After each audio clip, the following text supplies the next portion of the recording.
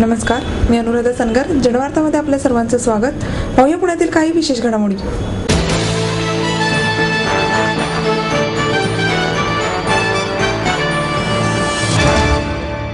पुणे शहरामध्ये CCTV camera बसवण्यासाठी कॅमेऱ्याच्या खरेदीला गृह विभागाने मंजुरी दिल्याची माहिती उपमुख्यमंत्री अजित पवार यांनी दिली. गेल्या वर्षी 1 ऑगस्टला जंगली महाराज रस्त्यावर झालेल्या बॉम्बस्फोटाच्या घटनेनंतर शहरात सीसीटीव्ही कॅमेरे बसवण्याची घोषणा उपमुख्यमंत्री अजित पवार यांनी केली होती. मात्र नक्की कॅमेरे कोणी बसवणार यावरच वर्षभर चर्चा रंगली. प्रत्यक्षात कॅमेरे बसू शकले नव्हते. त्यातच अंधश्रद्धा निर्मूलन समितीचे संस्थापक डॉक्टर नरेंद्र दाभोळकर यांची हत्या झाली. त्यामुळे सीसीटीव्ही कॅमेरे बसवण्याचा विषय ऐरणीवर आला. जिल्हा नियोजन समितीच्या बैठकीत यावर चर्चा झाली.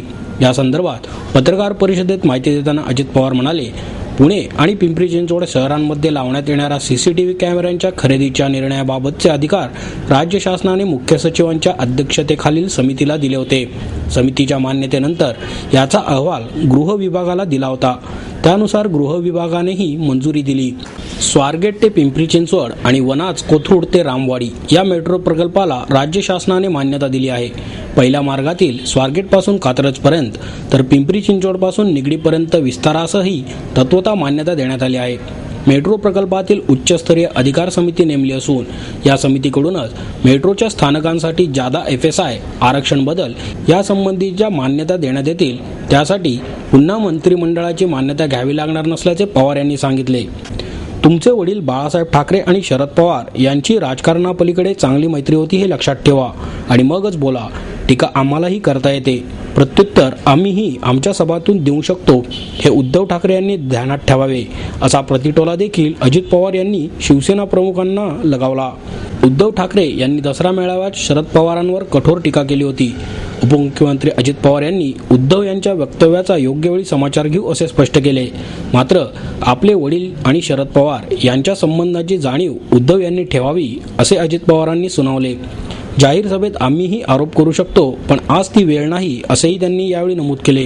निवडणुका डोळ्यासमोर ठेवून तशा प्रकारची विधानं करण्याचा प्रयत्न करतात. वास्तविक उद्धवजीने हा पण विचार करायला पाहिजे की त्याच्या वडिलांचे पवार साहेबांचे कशा प्रकारचे संबंध होते आणि शेवटपर्यंत त्यांचं थोडंसं एक मित्रत्वाचं अशा प्रकारचं नातं होतं आणि ते शेवटपर्यंत त्या दोघांनी सांभाळलेलं होतं.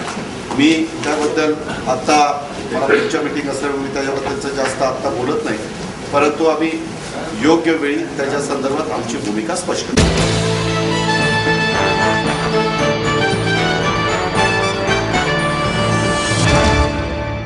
नवीन तंत्रज्ञान आत्मसात केले नाही तर मीडियातील स्पर्धेतून आपण बाहेर फेकले जाऊ, असे मत ज्येष्ठ पत्रकार कुमार केतकर यांनी व्यक्त केलं. मराठवाडा महाविद्यालयाच्या पत्रकारिता विभागाच्या वतीने आयोजित व्याख्यानात केतकर बोलत होते. माध्यमे आणि 2014 हा त्यांच्या व्याख्यानाचा विषय होता. यावेळी संगणक तज्ज्ञ दीपक शिकारपूर, उज्ज्वला बर्वे आदी उपस्थित होते. केतकर म्हणाले, माध्यमांमध्ये 10 वर्षापूर्वी कोणतीही आधुनिक सुविधा उपलब्ध नव्हती. मात्र आता तंत्रज्ञान विकसित होत आहे. नवीन तंत्रज्ञान आत्मसात केले नाही तर मीडिया स्पर्धेतून आपण बाहेर फेकले जाऊ. भारतात मीडिया ज्या अवस्थेत आत्ता आहे तसा 2047 साली राहणार नाही. त्यावेळेस प्रत्येक जण स्वतः एक स्पेशल युनिट होईल. आधुनिक साधने लोकांना विभक्त करतील. युनायटेड नेशन आणि वर्ल्ड हेल्थ ऑर्गनायझेशन यांच्या अहवालानुसार मीडियाच्या रिव्होल्यूशनमुळे आत्महत्या करणाऱ्या तरुणांचे प्रमाण 3 पटीने वाढणार आहे, असेही केतकर यांनी सांगितले. इराकमध्ये कोणत्याही वयोगटातील व्यक्ती ह्युमन बॉम्ब तयार झाली आहे. ही परिस्थिती चिंताजनक असल्याचे सांगून केतकर म्हणाले, अमेरिकेतील दहशतवादी 9/11चा हल्ला आणि भारतातील 26/11च्या हल्ल्यावेळी आधुनिक तंत्रज्ञानाचा वापर करताना आढळून आले आहेत. अमेरिका पाकिस्तानला दहशतवादी राष्ट्र घोषित करणार नाही, कारण त्यांचा दक्षिण आशियातील समतोल बिघडेल, असेही केतकर यांनी नमूद केले.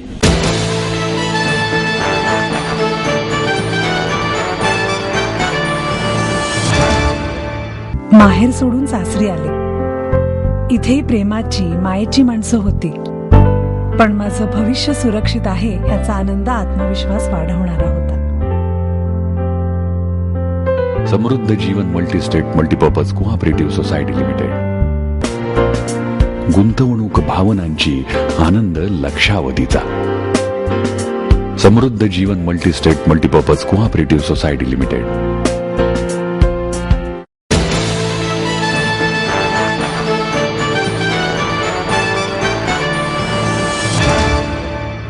सदानंद मोहोळ हे वेगवान गोलंदाज असूनही शांत स्वभावाचे होते, असे प्रतिपादन हिंदुस्थानचे माजी कर्णधार चंदू बोर्डे यांनी केले.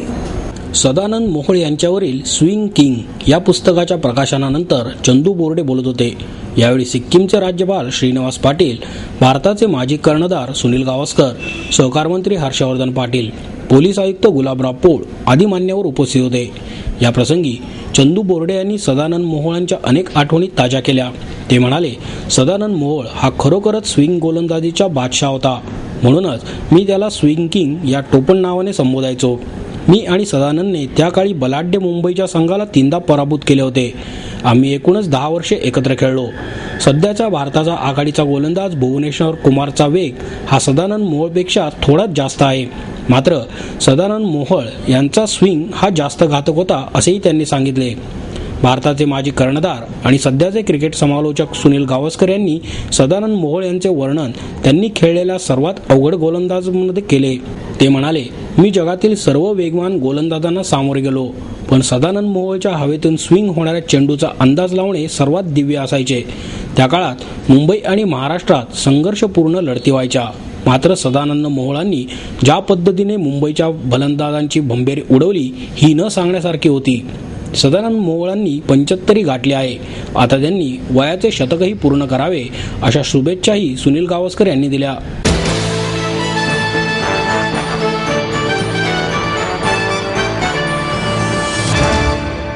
पुण्यात उच्च न्यायालयाचे खंडपीठ स्थापन होण्याच्या मागणीसाठी भारतीय दलित कोब्रातर्फे जिल्हाधिकारी कार्यालयावर मोर्चा काढण्यात आला.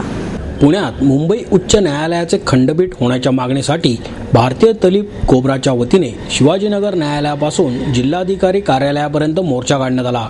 यावेळी जिल्हाधिकाऱ्यांना मागणीचे निवेदन सादर करण्यात आले. भारतीय दलित कोब्राचे नेते ॲडव्होकेट भाई विवेक चव्हाण यांच्या नेतृत्वाखाली शिवाजीनगर न्यायालयापासून मोर्चाला आरंभ झाला. यावेळी भारतीय दलित कोब्राचे शहराध्यक्ष संजय रोकडे आणि कार्यकर्त्यांसह पुणे बार असोसिएशनचे अध्यक्ष ॲडव्होकेट राजेंद्र उमाप, उपाध्यक्ष सतीश पैलवान, सचिव ॲडव्होकेट आतिश लांडगे, ॲडव्होकेट पल्लवी वावळ, माजी अध्यक्ष ॲडव्होकेट मिलिंद पवार उपस्थित होते. ॲडव्होकेट भाई चव्हाण यांनी पुण्यात उच्च न्यायालयाचे खंडपीठ होण्यासाठी पुणे बार असोसिएशनला पाठिंबा असल्याचे पत्र दिले.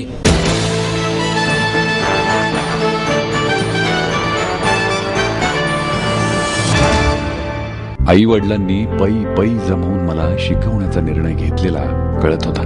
माझ्या उच्च शिक्षणासाठी त्यांनी मला कायमचा आधार मिळवून दिला होता. त्यांनी स्वतःसाठी कधीच काही केलं नाही, पण माझ्यासाठी Samruddha Jeevan multistate multipurpose cooperative society limited. गुंतवणूक भावनांची, आनंद लक्षावधीचा. Samruddha Jeevan multistate multipurpose cooperative society limited.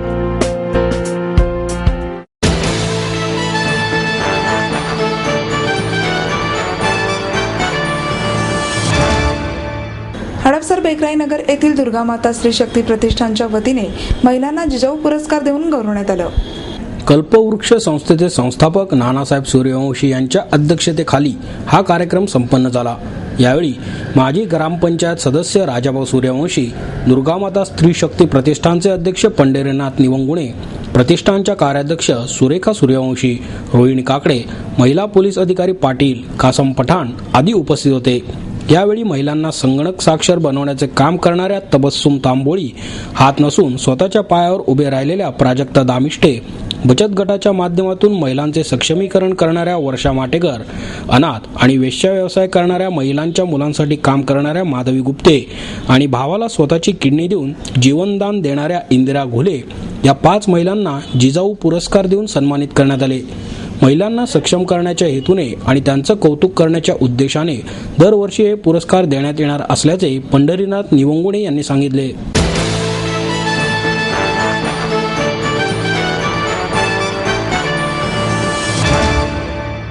कविता छोटी का मोठी याला काही महत्त्व नसून काव्यात खरेपणा असणे जास्त महत्त्वाचे असते, असे ज्येष्ठ कवी भ.मो. शिंदे यांनी नमूद केले.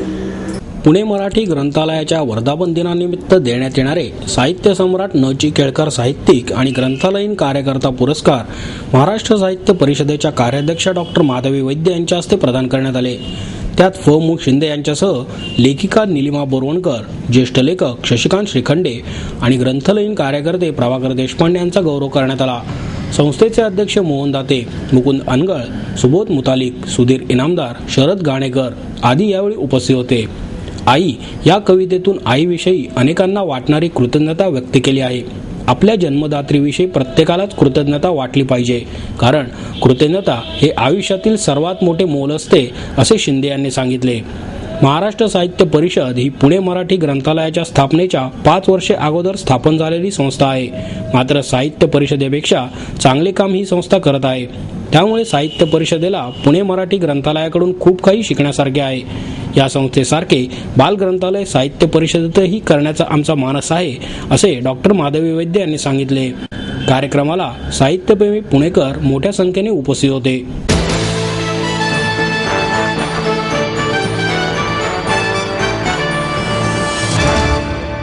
आपको देता है एडमिशन के साथ अपॉइंटमेंट लेटर भी. B civil, computers, electronics, electronic and telecommunications, IT and mechanical. MA computers, electronics, IT and mechanical, diploma engineering, mechanical and computer, MBA finance, HR and marketing, BCA, BBA, MBA and MCA for engineering और साथ ही D.Pharm, B.Pharm और M.Pharm भी. Siddhant international school CBSE from nursery to 5th standard. Siddhant college. Transport एवं hostel facility. 22 एकड़ का विशाल campus. AICT Delhi और Pune university द्वारा मान्यता प्राप्त.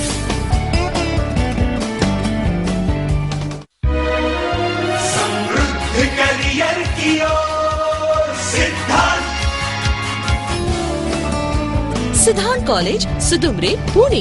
एडमिशन के लिए आज ही कॉल करें या लॉग ऑन करें.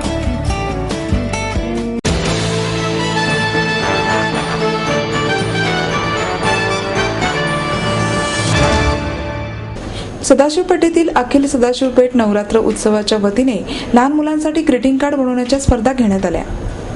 या स्पर्धेत या भागातील 200हून अधिक मुलामुलींनी सहभाग घेतला. ही ग्रीटिंग कार्ड सीमेवर लढणाऱ्या जवानांना पाठवण्यात येतात. त्यासाठी त्यावर मुलांनी जवानांसाठी शुभेच्छा लिहिल्या होत्या. या स्पर्धेसाठी विशिष्ट विषय नसल्याने मुलांनी गणपती, देवी, निसर्गचित्रे, कार्टून, वारली पेंटिंग आदी चित्रे रेखाटून शुभेच्छापत्रे बनवली. गेल्या 10 वर्षांपासून मंडळ अशा प्रकारच्या स्पर्धा घेत आहे. ही शुभेच्छापत्रे जवानांना पाठवण्यात येतात. त्यासाठी सैनिक मित्र परिवाराचे आनंद सराफ हे मंडळाला सहकार्य करत असतात. या स्पर्धेतील विजेत्यांना कोजागिरी पौर्णिमेच्या दिवशी बक्षिसे दिली जातात. जयदीप जाधव आणि श्री गोराडे हे या स्पर्धेचे संयोजन करतात.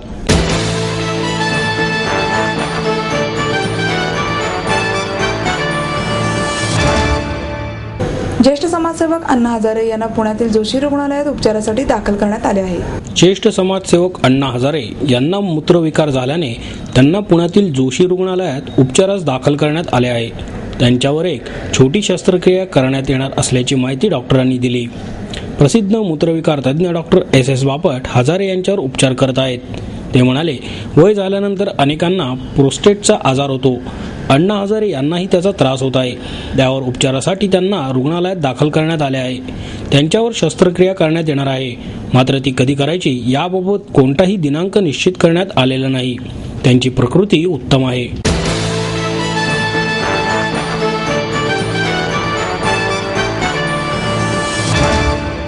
आपलं स्वप्न, आपलं मन, आपलं स्वतःचं घर हेच खरं धन.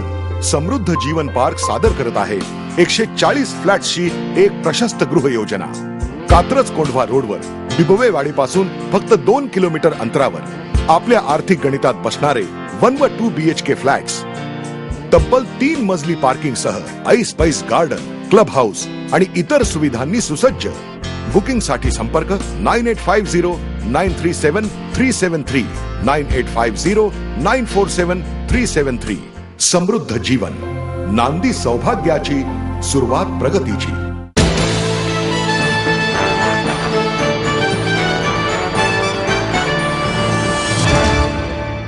आणि याबरोबरच आजचे बातमीपत्र संपले. उद्या पुन्हा भेटूया याच वेळी. नमस्कार.